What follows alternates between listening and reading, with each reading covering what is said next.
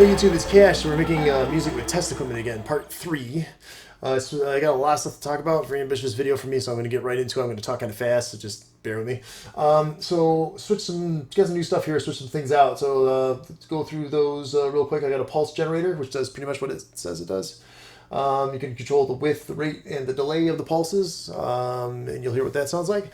I have that fed through a tone burst generator, which is kind of like an effect, really. You can put anything you put into it, you can kind of manipulate, create some greediness, and manipulate the waves, and that you'll see what that, or hear what that sounds like. This is something that's new, which is the serial data generator. It's kind of like the word generator, which I described in the last video. I went through a lot of this stuff in the last video, so if you want to hear more about that, you can check that out. But this is a 32-step sequencer versus a 64. The rate spectrum on this is really high, which I wasn't worried about because I thought I could just clock it, which is a clock input. But I found that was harder than I thought, so I learned something. Most of these clocks are like 2 volts plus or minus.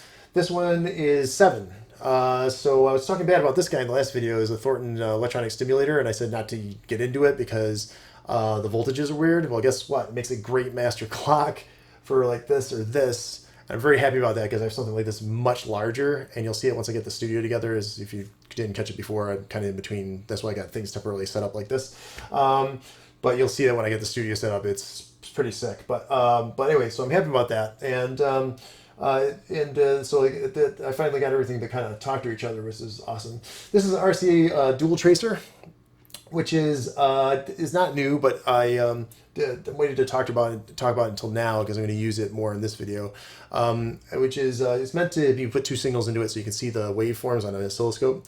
And it organizes the information with a square wave. I'm not sure how that works, but in this particular unit, you can actually make that square wave audible. So it's like a limited square wave generator, and I put only 1 input into it, and then I'm playing against the square wave, and you'll hear what that sounds like. It's cool. And that's it for that. But anyway, so I'm gonna do some tape loops. Do yourself a favor. Get yourself one of these. It's a cassette tape splicer. It's got these arms which hold your tape, which is awesome, and it's got a cuts it at a diagonal, trims your tape for you and everything. It took me a second to get used to it. I didn't like it at first, but now it's awesome. It's a great tool. And also do yourself another favor and get splicing tape. Yes, don't cut your tape at 90 degrees. Cut it at an angle and get proper tape, because if you use Scotch tape, it's going to deteriorate. It's bad. Your stuff is gonna, if you want your tape loops to last for a long time, then you get the proper stuff. It's worth the $10. So a couple dictaphones. This is an RCA, or no, sorry, Mr. GE. Sorry, GE dictaphone. This one's great. It's got an awesome microphone. You control the speeds. It's got a microphone sensitivity switch. That's a really cool dictaphone. This is a Radio Shack version. The microphone on this sucks. You can use it for like dictation, and that's about it. But you can pre-record stuff and play it in it, and the reason being is because it has a pitch and a speed control on it, so it's very handy.